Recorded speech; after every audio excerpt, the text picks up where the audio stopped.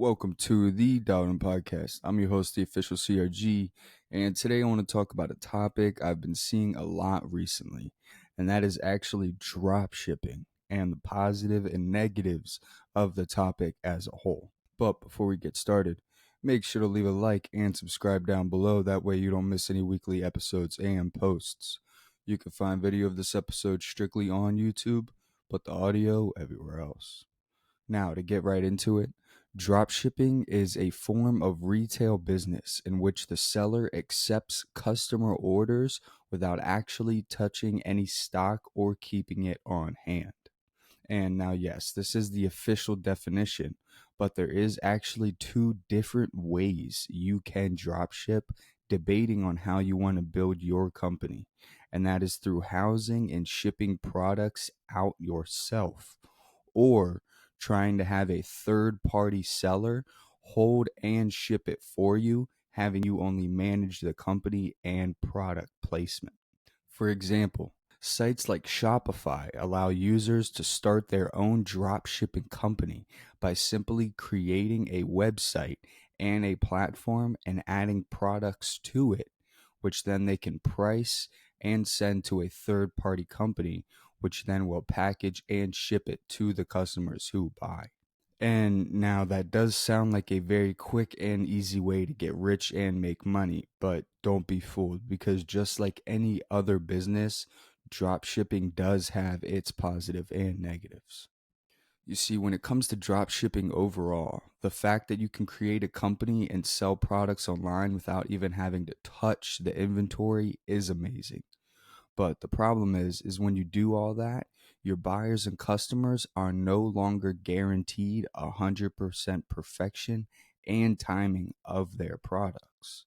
And that's just simply because you are now in a third party's domain.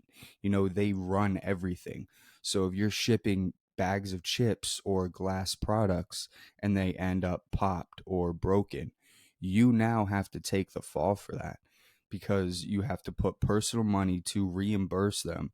And then, like I said, also take the fall because those products came from your website, not the third party. The third party is just shipping it, but the actual product came from your domain, making you liable.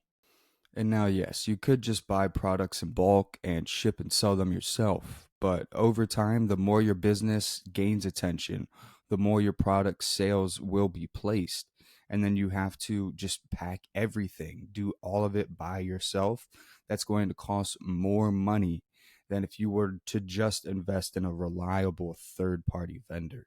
Because now you'd have to pay money for a team.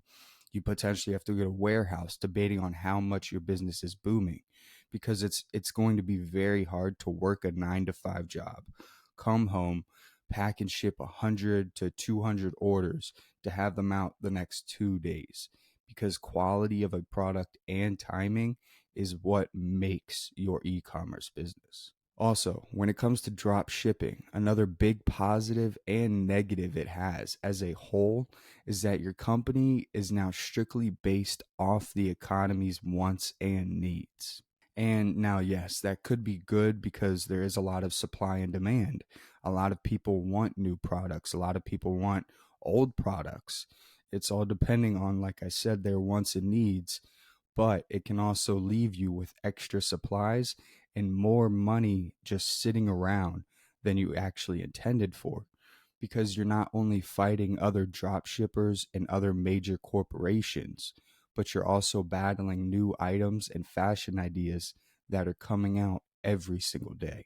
But at the end of the day, it's really your call on what you want to do or what method you want to go with, if at all, and what your budget really looks like, because this isn't a overnight success. And please don't get that confused.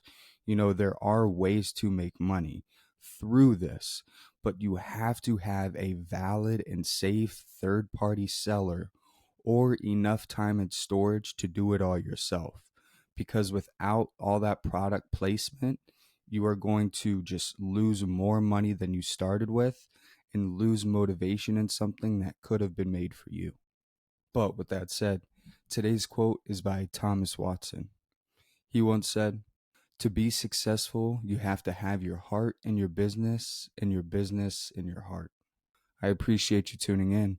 You can follow us on YouTube, Spotify, and Apple Podcasts. And this is the Down and Podcast.